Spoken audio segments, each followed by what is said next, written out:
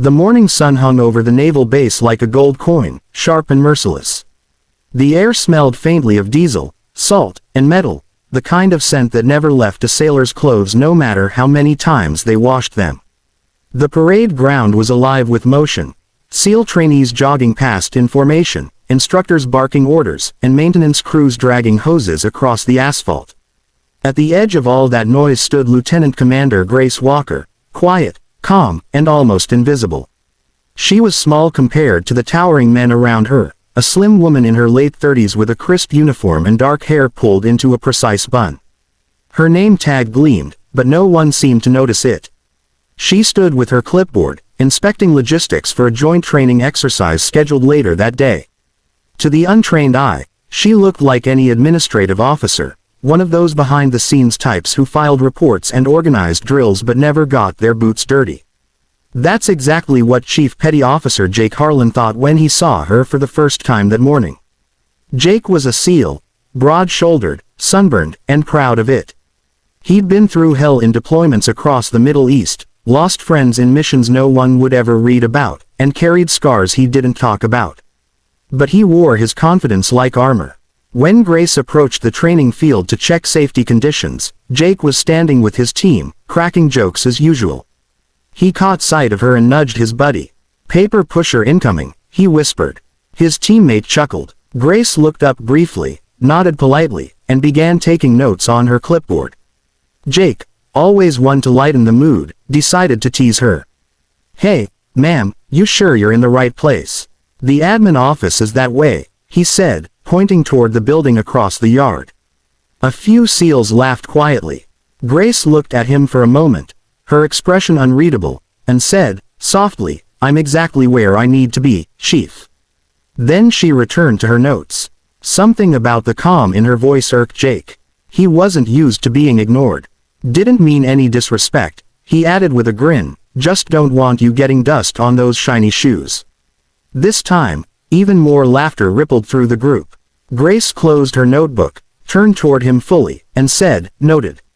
Her tone was cool but not harsh. She started to walk away. But just before she did, the base captain, a grizzled man named Captain Robert Mason, emerged from his office and called out, "Lieutenant Commander Walker, there you are."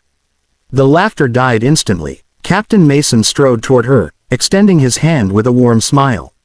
"Morning, ma'am. Glad you made it out here. The SEAL team's been waiting for your approval on the exercise plan." Jake blinked. "Ma'am, Lieutenant Commander, approval." He looked around, trying to process it. His teammates shifted awkwardly, their grins fading. Grace gave a polite nod. "Just finishing my inspection, Captain. I'll have my report to you in 10 minutes. Captain Mason chuckled. "You always deliver early, Walker. That's why the Pentagon loves you." He turned to the SEALs, his eyes narrowing slightly.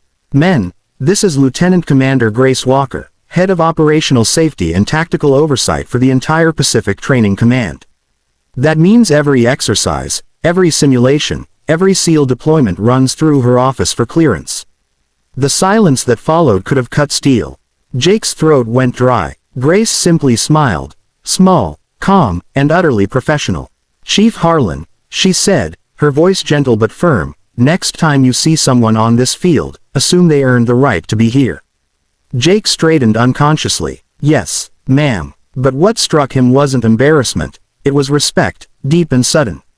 Later that afternoon, the joint exercise began. Grace stood with Captain Mason, overseeing as SEAL teams conducted rescue simulations in the training bay. Jake's unit was tasked with a complex maneuver involving underwater navigation and timed extraction. As he prepared his gear, he caught Grace watching quietly from the dock. Not judging, not lecturing, just observing with sharp focus. Midway through the drill, something went wrong. A trainee miscalculated oxygen levels, and one of the divers, Petty Officer Torres, signaled distress underwater. Jake's instincts kicked in. He dove immediately, reaching Torres just as the man's regulator slipped. The rescue was messy but successful.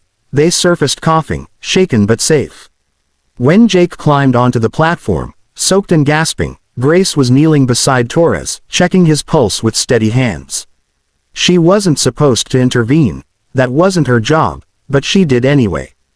Get him to Med Bay, she ordered calmly. Then, looking at Jake, she added softly, good reaction time, Chief.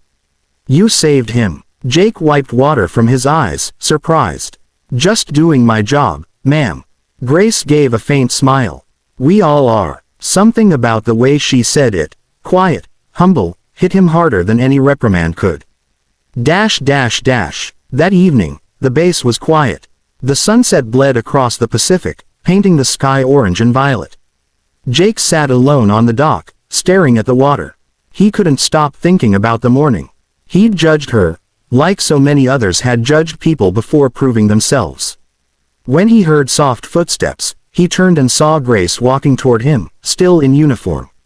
Mind if I sit? She asked. He shook his head. Please, ma'am. For a while, they just sat in silence.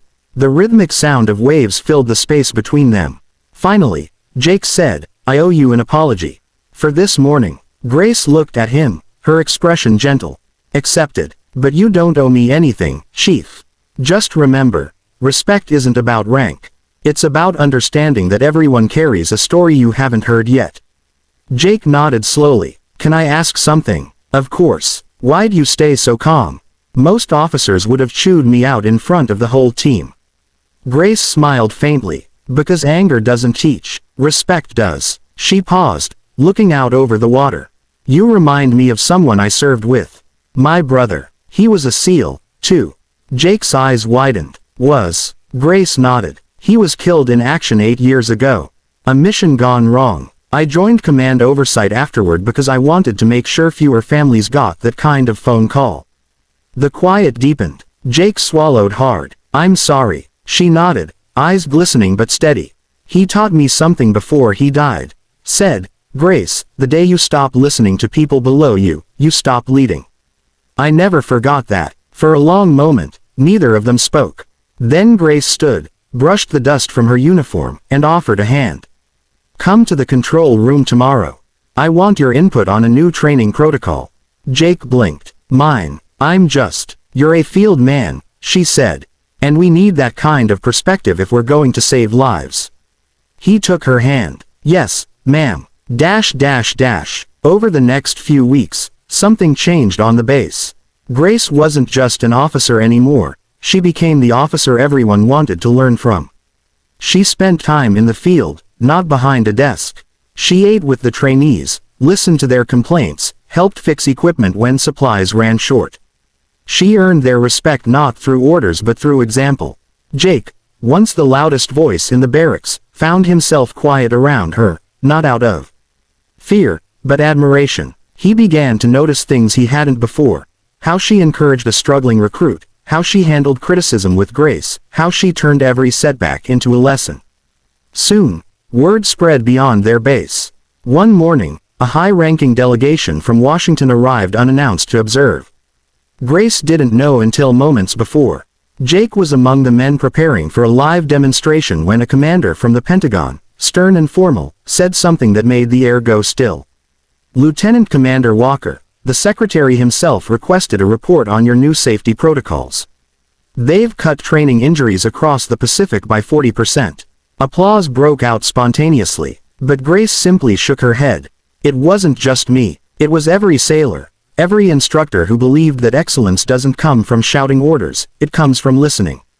Her words carried through the wind like a sermon. Even the hard-edged officers nodded. Jake, standing nearby, felt a lump in his throat. That night, after the delegation left, Grace called the team together one last time on the parade ground.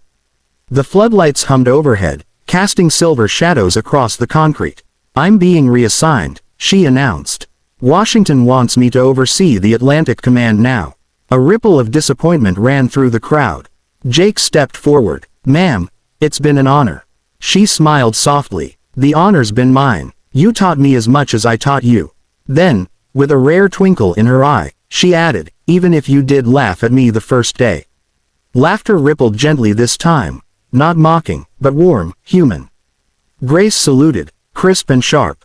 Keep serving with heart, men. That's what makes a SEAL. As she walked away toward the waiting vehicle, Jake called out, Lieutenant Commander Walker. She turned. He snapped to attention and saluted. "For what it's worth, ma'am, your brother would be proud." Grace's composure wavered for the first time. Her eyes shone under the lights. She returned the salute, voice soft but steady. "Thank you, Chief." And with that, she was gone, leaving behind a silence that wasn't empty but reverent. Years later, when Jake became an instructor himself, a new batch of recruits once laughed at a visiting officer, a young woman carrying a clipboard. Jake overheard it, walked over, and said quietly, "Before you open your mouth, make sure you know who you're talking to. Respect first, always." They fell silent. He smiled faintly, looking toward the horizon. "Because once, I laughed at someone like her, and learned what real leadership looks like."